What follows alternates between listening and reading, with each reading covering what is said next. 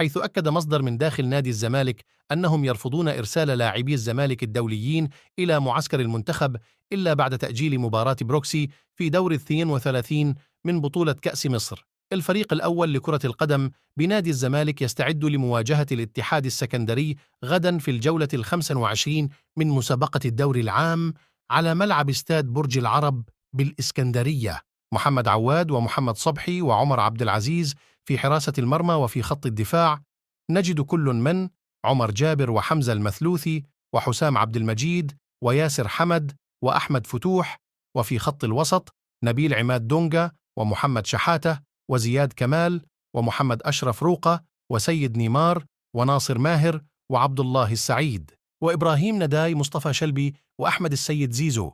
وفي خط الهجوم نجد كل من سيف الجزيري وسامسون وناصر من سيشاهدت القائمة العديد من الغيابات منها